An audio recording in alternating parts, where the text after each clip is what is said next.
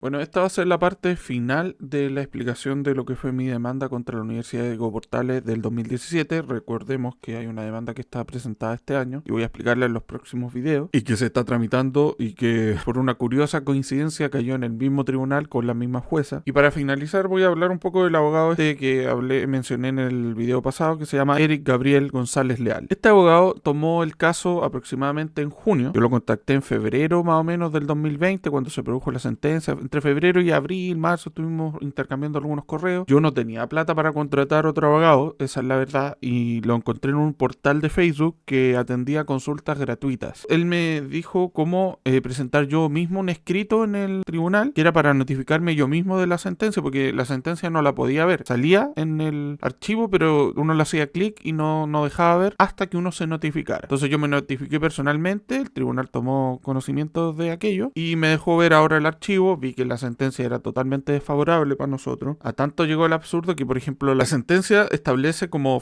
hechos indubitados, para después argumentarlo obviamente, que yo rendí el examen de Medicina Interna 2 en una fecha distinta a la que realmente rendí. A ese nivel llegó por la falta de documentación que presentaron mi abogado. Y así en junio con este abogado presentamos una apelación. El punto es que para que la apelación tuviera curso teníamos que notificar a la contraparte de que había habido una sentencia. Entonces hicimos eso y finalmente la apelación ingresó en diciembre del 2020, siendo que la presentamos en junio. Y después el caso quedó en una etapa que se llama en relación. ¿Qué significa en relación? Formalmente no sé. Lo que sí sé es que es una etapa en que queda a cargo de un relator, que va a ser el que va a exponer al tribunal el caso. Pero ¿cuándo lo va a exponer? Cuando el caso sea puesto en tabla. Entonces en esta etapa, en relación, teníamos que esperar que el caso fuera puesto en tabla. Una cosa antes, nosotros no sabíamos cuándo el caso iba a ser puesto en tabla. Podían pasar años. Y de hecho pasaron años. El caso quedó en relación en febrero del 2021 y ahí no sabíamos cuándo el caso iba a ser puesto en tabla. Las tablas son unas cosas que se confeccionan todos los viernes por sorteo en los tribunales de instancias superiores. Tienen los casos que se van a ver la semana siguiente y se informan los viernes. Por lo tanto, yo me inscribí con la única posibilidad que daba la oficina judicial virtual. Me inscribí a la tabla de la Corte de Apelaciones y estaba todos los viernes revisando por casi por 3 años, del 2021 hasta 2024, todos los viernes y todos los sábados, porque llegaba 2 veces la tabla, si mi caso estaba en tabla, si no, qué sé yo. Y así las cosas, este caballero dijo que quería presentar los documentos cuando el caso fuera puesto en tabla por una cuestión bien simple. Nosotros presentábamos los papeles del 2022 y el caso lo ponían, pónganse, que no lo sabíamos el 2022, pero el caso lo ponían en tabla el 2026. Le damos 4 años a la universidad para analizar hasta el último detalle de los papeles. Entonces parecía una estrategia adecuada presentarlo lo más cercano a cuando el caso fuera visto. Que el caso sea puesto en tabla significa que lo van a ver la próxima semana, o sea que el relator lo va a presentar y que ocurren los alegatos y que el tribunal resuelve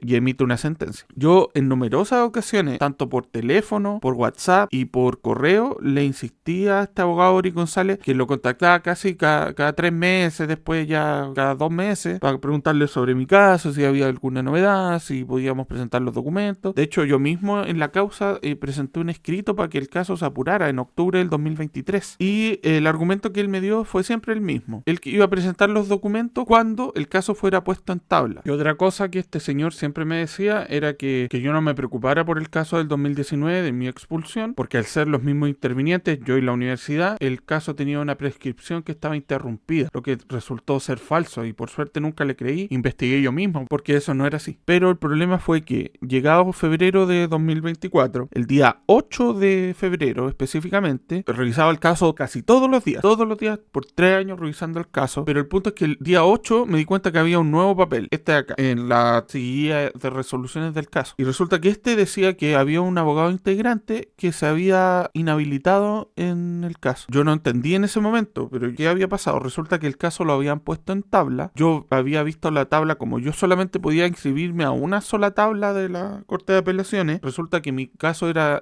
de una tabla que se llama ordinaria o especial, bueno, no sé, pero a mí no se me avisó nunca de que el caso estuvo en tabla ese 7 de febrero. Este caballero menos se enteró. Por suerte el caso no lo vieron ese día porque se inhabilitó un abogado integrante y quedó para la semana siguiente, pero nosotros no nos avisaron eso. Entonces yo el día 8 veo este papel y digo, chuta, y le avisé de inmediato a este caballero y le empecé a mandar unos correos. Le mandé un correo de nuevo con todos los papeles que había que presentar, los 74. Le dije que si quería suspender, que no había problema, pero que suspendiera por el numeral quinto del artículo 165, que es una solicitud que uno puede presentar hasta 2 veces de suspender el caso porque estábamos en vacaciones vacaciones, febrero, qué sé yo, y mientras la parte contraria no se oponga, siempre la conceden. Y le preparé los escritos. De hecho, me acuerdo que lo llamé por teléfono, o él me llamó, no me acuerdo, pero le dije que si él quería que preparara los escritos, qué sé yo. Le preparé el escrito para suspensión y el escrito para que presentara los documentos. Y le dije que si él no podía o no quería o no sé qué cosa, que me dijera para presentarlos yo. Ya, pues resulta que yo, reitero, yo no sabía que el caso había sido puesto para la semana siguiente. Revisamos la tabla el viernes 9 y el sábado 10 de febrero y nuevamente no venía en tabla, pues entonces nos pareció extraño. Yo le dije, no, pero ya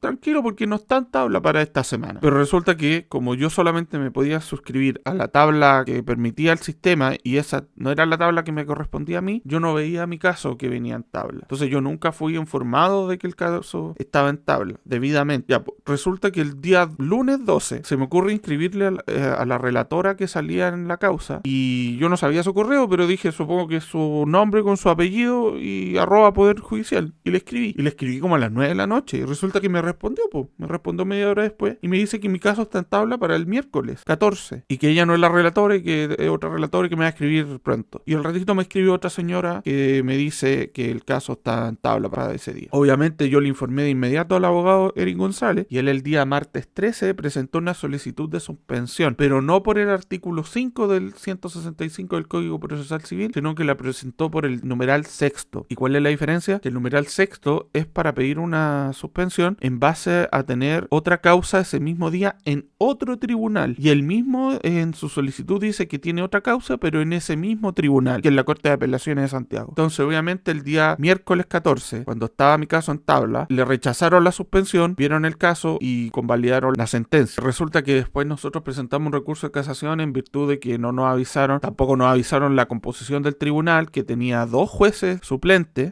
uno que sí estaba en la lista que publicaba el Poder Judicial, pero otro no, pero mi abogado no quiso reclamar por eso. Yo le dije, pero reclamemos también porque el caso no viene en tabla, eso sí lo puso él, y al final la Corte Suprema rechazó y declaró inadmisible el recurso de casación. Y el Cine Abril terminó este caso, pero aquí es donde cobra relevancia lo que venía hablando en el video anterior, que es que existe una posibilidad de presentar un recurso que se llama un recurso de revisión, que está normado por el artículo 810 del Código de Procedimiento Civil. Y este enumera ciertas causas para solicitar ante la excelentísima Corte Suprema un recurso de revisión. Y uno de estos es que los testigos que hayan sido parte en este caso y que el fallo se haya sustentado como única fuente en estos, como es el caso, porque el tribunal nunca tuvo acceso a las pruebas, me refiero a las pruebas, a las evaluaciones, y aún así las declaró que yo las había reprobado en virtud de los argumentos que señaló la contraparte, pero específicamente los argumentos de estos testigos. Si los testigos que fundamentaron una